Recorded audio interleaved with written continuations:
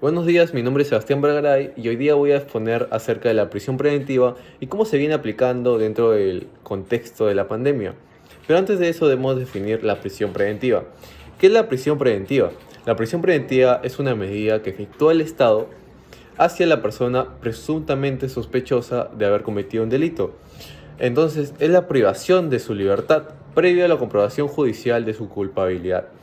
Es notable que dentro del dictamen de la prisión preventiva abarque dos principios, que es la presunción de inocencia y la responsabilidad del Estado en sancionar efectivamente la vulneración de los bienes jurídicos. Estos dos principios se ponen en polémica dentro del dictamen de la prisión preventiva. Para complementar esta información podemos decir que se requieren tres presupuestos materiales para el dictamen de la prisión preventiva, que es, primero, la sospecha fuerte, el pronóstico de pena superior a 4 años y el peligro procesal. Dentro del peligro procesal podemos ver que es muy complejo analizar esto, ya que tenemos muchos indicadores dentro del peligro de fuga y dentro del peligro de obstaculización a la actividad probatoria. En, en el peligro de fuga tenemos indicadores como el arraigo, la magnitud del daño causado, la gravedad de la pena, la pertenencia a una organización criminal y por otro lado, dentro de la obstaculización a la actividad probatoria tenemos, por decir así, un ejemplo, amenazar testigos, matarlos, falsificar pruebas, quemarlas. Llegamos a la conclusión de que un solo indicador, como puede ser un ejemplo el arraigo, no puede definir absolutamente el dictado o no de la prisión preventiva, ya que se debe analizar todos los indicadores en torno al caso concreto. Para abarcar más temas de la prisión preventiva y que se nos explique de manera eficaz los problemas y los procesos que conlleva, tuvimos una entrevista con el juez Concepción Carguancho, que nos explicó sobre este tema. Al principio nos habló del supuesto abuso de la prisión preventiva, ya que es un tema muy polémico. A su parecer, y que coincide mucho con el nuestro, es que la prisión preventiva es aconsejable y razonable en ciertos aspectos o en ciertos casos, como puede ser un delito de organización criminal. Un ejemplo puede ser el tráfico ilícito de drogas o una organización criminal que se encargue al sicariato. En estos casos, muchas veces el investigado se avala de una organización criminal para la comisión de delitos, pero luego también para la obstaculización de la actividad probatoria.